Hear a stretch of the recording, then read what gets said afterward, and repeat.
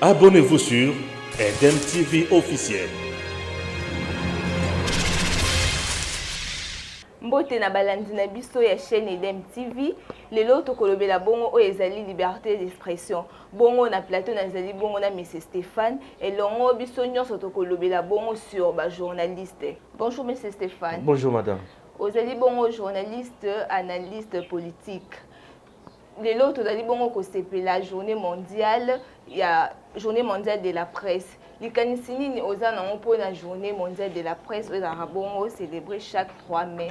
Merci beaucoup. Une très bonne question. D'abord, je suis heureux. Il y a kozala journaliste na mboka na biso. Pe journaliste oyo azali reconnu officiellement du fait que j'ai ma carte INPC. Les journalistes oyo à parcourir ba makambo nyonso ebele na ba rédaction na parcours nanga moke. Je dois t'avouer que na sala formation nanga na APIC d'abord, APIC qui est pas à Nice et après à Nice na yeko vendre comme ça d'abord moi parcours nanga moke la fona koma wana pour ba comprendre vraiment que naza journaliste la bandi le lote na yeko leka moke na CBS radio na longwe wana na ke na RTGA dans la rédaction RTGA où j'étais avec le Jean-Pierre KMB, j'étais avec Laurent Fidela Macho, Jean-Henri Koumandé, ces gens-là m'ont encadré. Alors, encadrant, et après, na Radio 7, Tropicana, et puis, na ZM Télévision, et voilà, aujourd'hui, na 8 ans, il y a na rédaction Ming. Na 8 ans, il y a koleka na ba production na ba animation na sema mrambo ebele. Comment na musala oyo ba journaliste bazali ko sala na mboka na biso et zali ko pesa ngai sengo makasi ya koloba ke je suis un homme heureux et un homme vraiment oyo ko pesa longo yana ba journaliste ebele o bazali ko sala musala makasi na mboka na biso. Bazali ebele neti ba journaliste ebele Pero Loara aza journaliste moko ya monene na mboka na biso, Christian Bosembe aza journaliste moko monene na mboka na biso, baza ebele mais ngai personnellement bango ba inspire nga pe na musala basala ka malamu mais modèle nga d'abord azaka Jean-Marie Kassamba. J'aime ce que fait Jean-Marie Kassamba, la propriété hein. Jean-Marie Kassamba fait tout ce qu'il fait avec intelligence. Non, ça me fait énormément du bien. J'ai toujours dit qu'on a coûté na ibisera que merci pour na yo kaka nengo zala journaliste. Donc c'est un peu ça. Je suis très heureux. À l'occasion de la journée Oyo, il y a presse, Bandeko, nazo rendre hommage à la journaliste Nyonso Oyo, régime sanguinaire de Joseph Kabila et Boma. Nazo rendre hommage à la journaliste, à collègue, au bazo sala musala, na bisika ya passe le kola bisika, bazali ko boma batu, Oyo bakindaka musika, nazali ko rendre hommage à la journaliste d'investigation, Oyo bambimi sakaba dossier brillant, dossier Oyo, et kangisa batu ebele, nazo rendre hommage na ba journaliste ebele na mboka na biso. C'est une grande journée Oyo. Il faut rendre d'abord hommage à Batouana et par après tu côté na matali siko musala na biso poto yeba ko interpeller baninga mususu peto yeba ko komisa baninga mususu pour mboka na biso kende liboso. Merci Mini. Est-ce que vraiment journée mondiale de presse, liberté d'expression na mboka na biso RDC, est-ce que vraiment ils allaient bon respecter? Merci. Une très bonne question madame. Liberté de presse na mboka na biso ce qui est-ce qu'ils allaient respecter toté? Un journaliste en Afrique d'abord travaille dans les contextes et réalités des différents systèmes et régimes politiques. Et ça, du fait qu'on travaille dans le régime, contexte et réalité de régime, chaque régime a une presse il faut comprendre bien place. Régime n'y soit une presse lango. Ce qui est un régime dictatorial, la presse wana liberté d'expression est limitée. Un dictateur n'aime jamais qu'on le dénonce à tout moment. Un dictateur aime prendre tout le monde en otage. Un dictateur aime comme on a batunion sur le banda ko yembelaye, ko binelaye, ko sala oignon sur alingi. Et namboka na biso liberté d'expression sous Mobutu, je n'ai pas œuvré comme journaliste. Sous Joseph Kabila, j'ai œuvré effectivement comme journaliste. Na moni ndenge zalaki.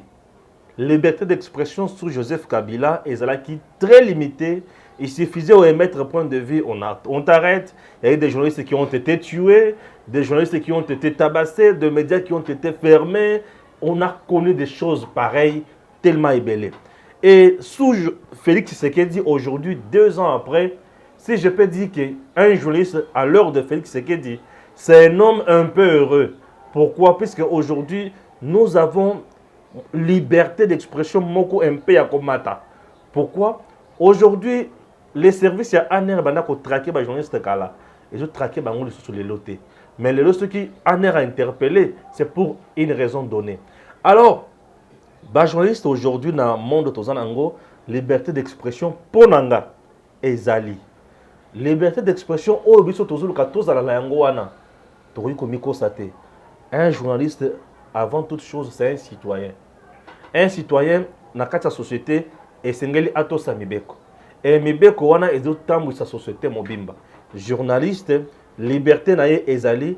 Un journaliste peut avoir 1000 informations vraies. Mais après, c'est moko. Tomi Balé. Puisque l'information peut déstabiliser un pays, l'information peut déstabiliser l'armée, l'information peut déstabiliser l'économie, l'information peut déstabiliser Nyonso, ce qui peut être un moment à propriété. Mais l'information également peut sauver Nyonso l'antikotanga. Alors, un journaliste, ce qui a fait la makambo, on a ndenge la bongo, et on a mingi. Et le pardon, liberté d'expression lisusu, ils allaient limiter dans les organes na biso. Chaque organe de presse au monde a une ligne éditoriale là. Tu vois? Chaque organe a une ligne éditoriale. Et il se fait que la plupart des responsables de l'organe, et bien les politiciens. Et le quoi les boss, et bien les politiciens, ils sont des commerçants. Ceux qui ont travaillé déjà dans l'organe de presse, il y a des opposants. Ligne éditoriale, la bino est opposante par rapport à pouvoir en place. On m'a dit que moi passe bozala bobana kokumisa pouvoir en place. Bobana koloba pesa makambo pouvoir en place ezo sala. Ça c'est de 1. De 2, soki chef nabino kolo chef wana. Azamuto zo soutenir pouvoir. Yo na kati ya chaîne wana. OK koloba bilobela mwanza. OK koloba soit disant la vérité. Oui, tu peux dire des vérités. Yeba déjà qui tu auras des problèmes. Puisque lui voit que ses intérêts vous allez mis à mal. Les journalistes congolais souffrent beaucoup puisqu'ils ont travaillé dans un contexte et dans la réalité où ils ont dirigé plus par les politiciens. Il y a une liberté d'expression et ils sont plus limitée. Dans le que les journalistes vont selon ligne éditoriale. Est-ce que ligne éditoriale ou étouffer liberté d'expression? Parce que, étant que journaliste, nous sommes la chaîne Songolo Pakala. Nous sommes la ligne éditoriale, mais tant que nous avons dénoncé la ligne éditoriale, nous avons étouffé liberté. C'est quelque chose qu'on déplore tous les jours, puisque les politiciens, les lois, la loi. Un politicien, madame, a visé et l'autre bengi intérêt naie, positionnement naie. À cause de la bosenga yake, bolo ba nyonso oyo ekosepelisa ye, tout comme ekosepelisa ba konzi naie autorité morale. Ceux qui bolobi na makambo ekosepelisa autorité morale te, bolobi makambo ekosepelisa ye te, eza problème. Donc le fait ya eloko wana kozala makasi nde mutu ezo bebisa métier ya journalisme na mboka na biso ba journaliste belé ba komi batu ya lelo nesika aloba vérité akoloba te ba journaliste belé lelo ba komi batu ya ba lesaki kanyaka ba salaki eboye et azana choix te. Je déplore effectivement eloko wana.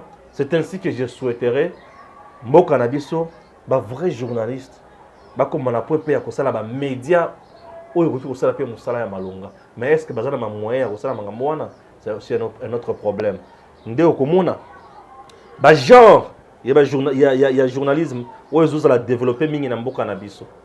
Ce que tali na mboka na biso toza plus ba média ebelé o ba appliquer plus genre on a bengaka les journalisme classique, genre classique. Yekaka bato bazaki na terrain ba bondi botala image. Na kitaki na terrain bato baswani botala image. Oh, le chef de l'État vient d'inaugurer tel barrage. Ça s'appelle classique. Lui, il ne fait que donner le feu. Maintenant, Batouana, Basala Kabilo Kouana, pour éviter les problèmes, dans le régime africain, c'est toujours comme ça. Au moins, Batoumousou, Netilelo, Bakomi Kosala, Netilelo, les éditorialistes, Bakomi Belé, Netibabiso, Batuzak, Vandaka, Omoni Eric Azoussa, l'analyse naye, Nana Ossa, l'analyse nanga. Mon tour, ça l'éditorial. Alors, comme toujours, on a un problème là, puisque un éditorialiste, ça a fait analyser, à orienter Batou vers une destination donnée. Et admettons qu'il a orienté côté Palmer à Zosepelate, a orienté côté au Lumumba à Zosepel. C'est-à-dire que le Lumumba a Sepelé, Palmer a Sepelte. Au commune rendre la Palmer. C'est toujours comme ça. Alors, Bilo Konyo Soana et Bomimbo Cannabiso. Le régime africain est aussi porté. Bilo Konyo Soana, ceux qui babali Costa de Lango. Na ba chaîne de télévision Nabiso. Les éditorialismes. Tchango plus pembeni. Éditorial wana. Parce que la hangomingi té. Yango comme makasi mikolo na ba YouTube. Ce que fait Christian Bosembe, c'est l'éditorial. Ce que fait Perro Loire, c'est l'éditorial. Ce que fait Balamwangue, c'est l'éditorial. C'est ça. Mais ça nous crée des sérieux problèmes. Il y a militants à gauche, il y a à droite, il y a centre, il y a sud, il y a EPA, et voilà. Mikolo, les journalistes, ils disent bon, qu'on s'exprimer, qu'on va propos parce que. Non, Mikolo, je ne sais pas où makasi. Mikolo, pesa maman, je ne sais pas où makasi. Tu as vu exemple, il y a Israël Mutombo. Selon ma propos, naé a tenu qui lors de l'émission naé. Après avoir tenu ma propos, tout le monde qui a interpellé qui est. D'autre part, aussi bon lui France y est le col à ça qui va propos m'a interpellé. Merci. Zelana n'a répondre pour la batumi balewana. L'État en contre la batumi sous. Merci. Israël Mutombo, c'est l'un de nos journalistes aujourd'hui célèbres. Nambo Cannabis. Il fait son travail. Asali Moussala naé ici. Madame, l'ANER, Nakati naé est en service de l'État. Azalakana ba branche belé, pena ba spécialiste, ba expert belé. L'ANER a des spécialistes en journalisme, en communication, en stratégie, en politique militaire. ANER a ba tout. Un journaliste peut donner l'information. Mais information wana aner a monique et qui commettre à mal sécurité intérieure ya mboka. On t'interpelle, bah quoi interpeller yo.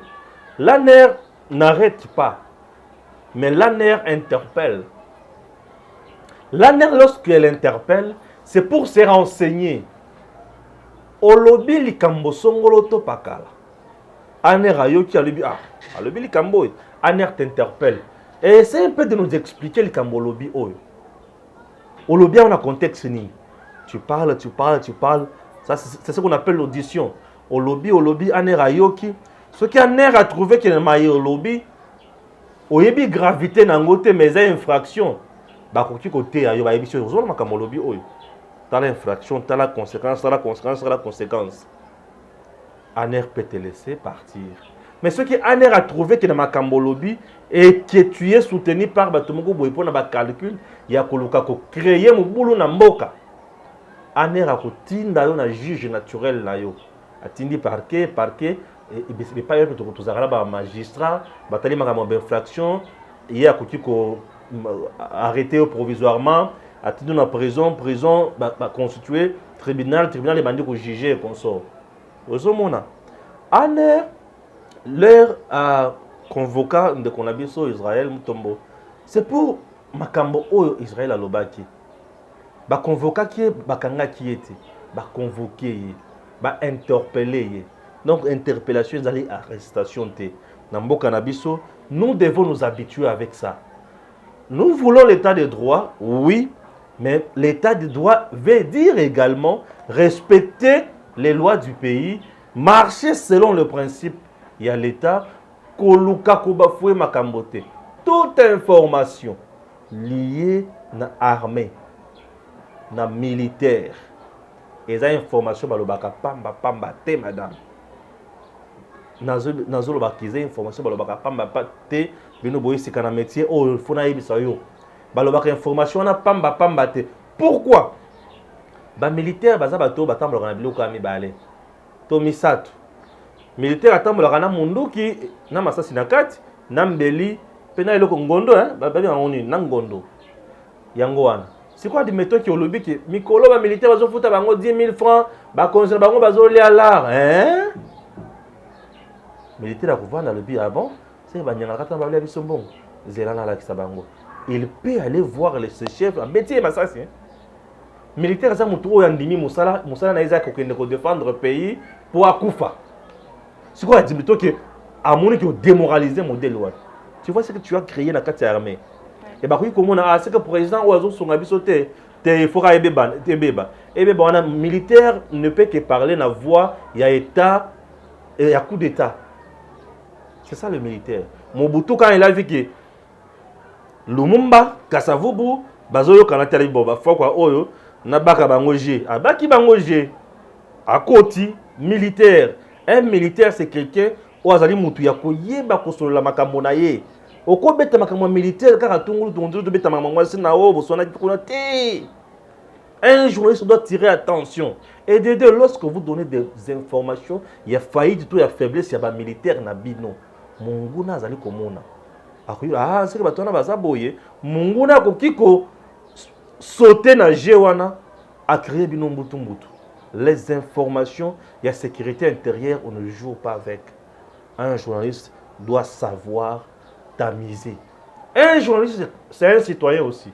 Comme c'est un citoyen, il peut se dire ah, information, les années wana. Pour pas nabiso ma poste qui tika mukanda, tika courrier, batanga, ba ya ko répondre yo te bosana. Na Congo entre biloko wana bosana. Bengi sa ba konzi à la police to ya armée. Kende pa ina bango. Hein, tu es journaliste. Kende pa ina bango. O bengi si po oyamba ina émission. Mokonzi toyoki boye. Okolobate mokonzi na ba preuve, makambo eza boye te. Yo ba preuve kina uzango wapi? Non. Un journaliste akoloba selon des sources, selon certains, selon ceci. Et nous banda na sali investigation na ngai na moni boy ah bon yo kina makambo ba militaire ko zwa ki bongo ça va ya kasi. On va t'arrêter. Il faut savoir parler et bah journaliste est belé excès des ailes pour battre Hollande un succès à comme star. Non, il n'y a pas de star devant la loi. La loi c'est la loi, elle arrête tous les hors-loi, c'est tout. Et tant que yo journaliste Ori pe ko pesa biso likanisi le lenge nini journaliste akoki ko jure na liberté na expression étant journaliste akoki ko jure na liberté wana ndenge nini. Que les journalistes commencent par comprendre dans quel contexte ils travaillent. C'est très important, les contextes dans lesquels tu travailles. Et ça n'a pas réalité nini. Ceux qui comprendre la réalité à contexte où je travaille, on jure la liberté d'expression. Madame, Edem TV officiel aujourd'hui. Et Mboula Mobi Manandambo, pourquoi on ne m'arrête pas? Je me suis donné une ligne éditoriale à suivre. Je me suis dit, RDC c'est mon pays. Je dois parler de mon pays. Oui, ça c'est ma passion. Je parle de mon pays en bien. Je montre aux gens ce qu'ils doivent faire. Je montre aux gens ce que les autorités font. Pour na bango, pour na mboke kendeliboso. J'essaye de parler de la vision de nos autorités. Et je soutiens le président. Je ne soutiens pas l'individu. Je soutiens le président. Comme maintenant c'est le président, c'est Félix Tshisekedi qui est président. Je soutiens le président. Si demain, c'est Tchounza qui sera président, je soutiendrai M. Tchounza. Si le lendemain c'est qui? Non, hier comme présidente, Gimsa comme présidente. Si c'est demain Eric qui devient président, oui, lui peut devenir président. Je soutiendrai monsieur le président. C'est pour l'intérêt du pays. C'est ça moi. Les gens pensent peut-être que je suis là, je fais les dialogues de Félix. Non, ce n'est pas ça. C'est le président, c'est bien lui qui représente la réalité, la vision de mon pays, les bonheurs. Je regarde ce qu'il pose comme acte, ce qu'il a comme vision. Je regarde ce que nous avons comme difficulté. Je me dis, non, avec ce monsieur, les choses iront mieux. Voilà, je soutiens. J'en parle. Je n'ai pas de ramifications au niveau de la présidence. Et je suis là, je fais mon travail. Je soutiens mon pays, moi je suis comme un Américain aux États-Unis. Ah, c'est les États-Unis qui intéressent. Donc c'est le Congo qui m'intéresse et les Congolais. Puisque ça n'a pas tout bazolinga kaka Congolais et bazolinga kaka Congo. Bato bazolinga kaka Congo, bato bazo piller na Congo. Mais biso to linga kaka Congolais na Congo. Et voilà. Tomoni bongo lelo marche salami. Bato ba marcher pour na ram. Pendant marche, il y a 4 journalistes qui ont interpellé, qui vont couvrir l'événement. Ils vont interpeller en pleine journée internationale de la presse. Est-ce que et là, est-ce que ils ont couvrir l'événement? Est-ce qu'un journaliste ne peut pas quitter la scène pour recevoir l'information, mais quand ils vont métier na bango, quand ils vont interpeller? Merci. Madame, place Hollande na sonaka mingi na baninga. Place Hollande to sonaka mwa mingi ba ebele ba ibsanga ki na zaka lolendo. Na lobaka eza lolendo te mais il faut na rationalité. Commençons par demander la marche a-t-elle été autorisée? Et le waliboso. Marche ezaki autorisée te. Yo oye ko couvrir et le koza autorisé te. Tu vas t'attendre à quoi? La brutalité va brutaliser. Ça, tu dois le savoir. Tu dois t'attendre qu'il va brutaliser. Puisque Batouana o bazo ça la activité. Ils ont autorisé. Toute activité qui est organisée dans un pays ou dans une cité ou dans une commune, non autorisée par l'autorité habilitée de le faire, ils ont trouble à l'ordre public. Tu comprends? Ils ont déjà trouble à l'ordre public. Lorsque tu fais partie des gens qui troublent l'ordre public, qui s'assemblent, se ressemblent. Au comme cas, raison pour laquelle on a brutalisé. Ceux qui sont en la marche pacifique et brutaliser les journalistes, c'est là où j'ai toujours dénoncé aussi. Puisqu'ils sont en la marche pacifique, lui est venu faire son travail, mais brutaliser. Ça, on condamne. Ça, on dit, on condamne. Et il y a aussi un problème. Recrutement à la police, Nabiso.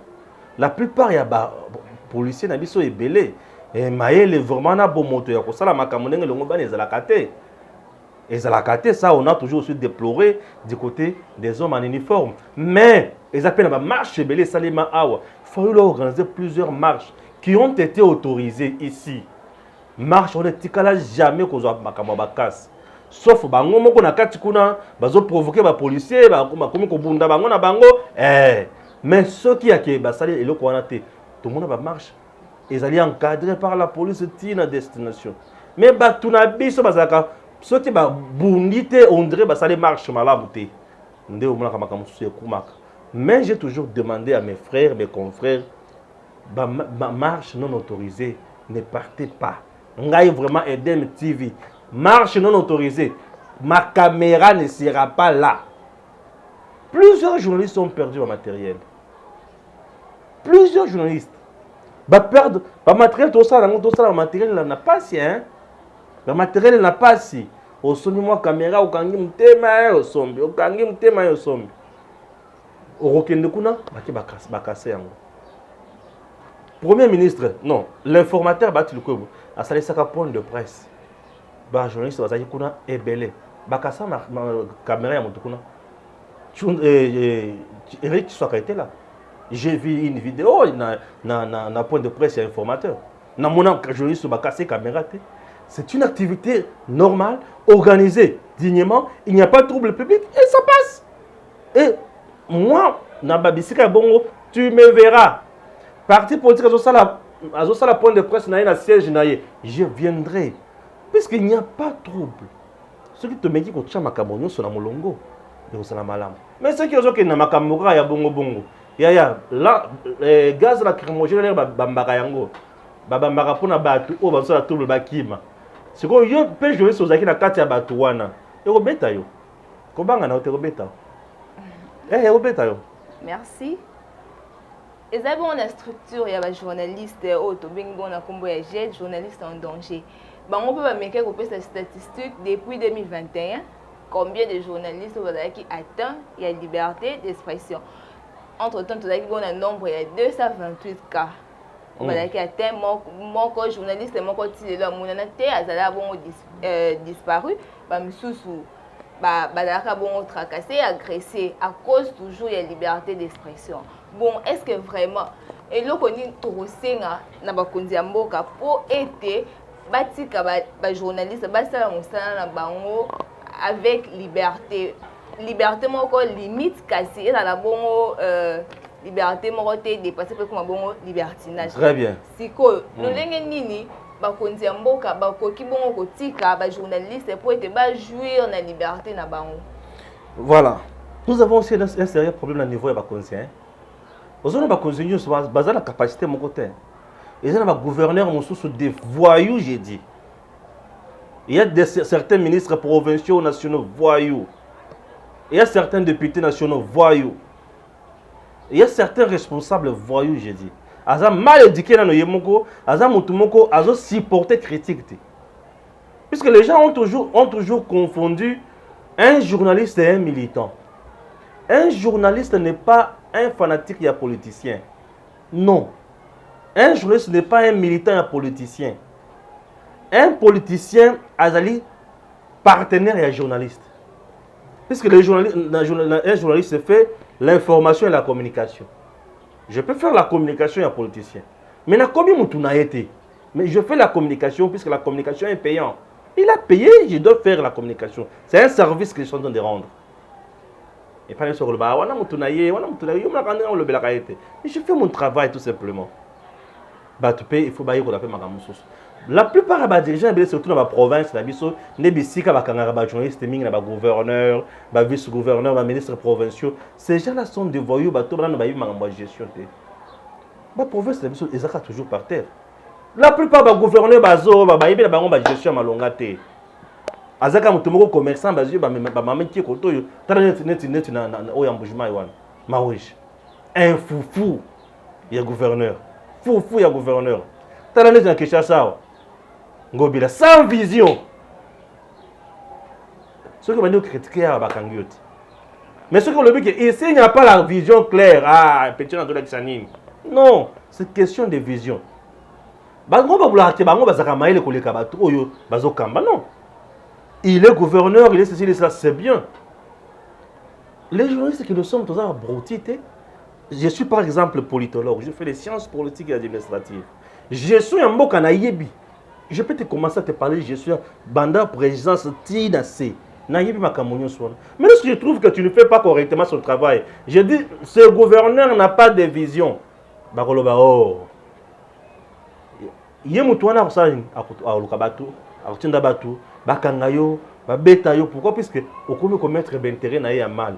Les abrutis gouverneurs, les abrutis politiciens, balingara critiquer bangote. Et yo qui na bango sur le plan il y a idée, bango ba sur le plan il y a torture. Et je vois que c'est déjà décalage, il y a oyazoba ozamtamayel. C'est ce qui se passe. Bah journalistes parfois nous sommes victimes, il y a médiocrité à politiciens mususu. Azam médiocre azolinga médiocrité na été dans bazola kise yango arié abani kokangayo c'est ça liberté na biso parfois aussi la lolenge wana ozomona mais j'ai toujours dit à nos journalistes à mes confrères il faut dire ce qu'il faut dire il faut se réserver quand il faut se réserver puisque ceux qui ozana moto ya bozo balingaka bala kiseke na nzela ndenge longo banité au créer kama kamba au créer kama poto sur ce il faut savoir koyeba otambola. Merci Mingi Tolandio, vraiment naboke binyonso. Mot de la fin na yo par rapport ya thème na biso autolobie. Na zaki pe na dossier moko il fallait que dans le bela ya mutu mususu oyo ko centre ba journaliste. Mikolo ba comment ko soana yo oki makambo na te mikolo. Si na yo ki yango bon moi 5 minutes pour éclaircir biso. Surtout makambo ko soana wana. Il y a aussi un problème. Ozona ba journaliste nentoza Mutuna mutu aza na ligne éditoriale à Sami Pesa. Ligne éditoriale langa. Yangai.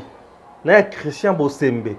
Ya Edem TV na Congo Buzz na mona kango presque ndenge moko. Ah oui. Le na talaka Christian Bosembe na Congo Buzz na otala makambo na salaka. Je me retrouve dans makambo salaka.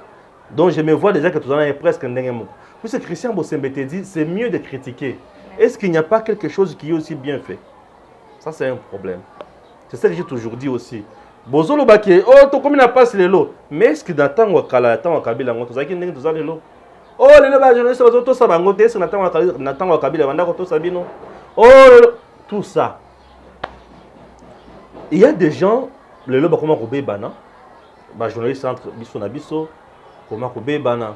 Moi-même, moi le boko ya politicien pesa na kati wana. Ah, petchona lokola ya akumisaka mutu alobelaka mingi mutu tel. Bino bolobelaka ngai faut betaka épée. Bosonaka. Moi kobe bana ezalaka nango. Mutu na mutu osala ndenge musala na ye. Siko tali le maestro Pero Loire, au moins na osala musala na ye. Otali bosemba osala musala na ye. Bon, o bazo beba na bazo swana bon. Mutu na mutu akoyi mutu bazabatu. Oyo akoki kosepela te ayoki ndenge oyo alobi na ye. To alobi ayoki ndenge alobi ki alobi na ye. Des choses un peu pareilles. Ça dérange. Moi, je peux dire que biso na biso tokoki kobeba na te. Oui, tokoki pe ko swana poto zaka bana, bayaya bazali, baleki bazali, baninga bazali. Ça c'est vrai. Na musala oyo bayaya bazali, baleki baza. Comme moi, ngana yebi ke yanga bayaya unayeba kama kasi. Zaka Jean-Marie Kasamba. Ezaka Pero Loire, hein, ezaka Congo besoin na Christian, baza ba tunatalaka. Je ne peux pas nier. Ngana mona on beza bango baza bayaya. Et na Hollande bango kama malembe. Baninga mususu baza ba Raphaël Lokonka, batu baza mo ebele na musala oyo. Muninga na mususu Paul Tosua, bulu yekende, bulu yek. Wana baza batu tout ça na musala makasi. Ce que je peux dire c'est que ça ne sert à rien qu'on soit là. Ça ne sert à rien qu'on bomana biso na biso. Biso na biso to mali to kende likolo, les bosso surtout. Les politiciens ne viendront que pour nous diviser. Puisque un politicien partout comme Aka, ils ont pouvoir diviser et régner. Et c'est tout. Bah journaliste c'est là qu'on a conseillé à ce bango il y a souka ezaki. To comme ba vrai juge. To botoli na musala ya ba tribunal. C'est ça le problème aussi. Les journalistes a botoli musala ya tribunal. C'est que juge a aussi la ligne. Ce que le journaliste a beau tout le salaire magistrat. Magistrat a constaté infraction. Non, on va condamner mon tobalobé qui a yibité, mais le journaliste a toujours bagagé qui est mon toit na yibi. Ne te regarde le bagage la caméra yibi na facilité news. Azamo yibi pour justice de qui a yibi. Il y a le bagage bon. Ne te la mieux chose bakonga. Mon tobi magala bambong et belé la poche. Mais je sais que tu es condamné à l'ébut à la poche. Est-ce qu'on sent diffamation? Voilà. Et nous, la moussa qui est là, moussa qui est là, liboso, na lingagane ba journée sur la bisognos. Voilà. Merci Mimi. Merci pour nous répondre à l'invitation à Bisso. Merci. Bandeko to komi bongo na suka émission na biso, merci na ndenge bolandi biso pe to tombeli ba journaliste nyonso. Bonne fête et à journée internationale de la presse. Merci.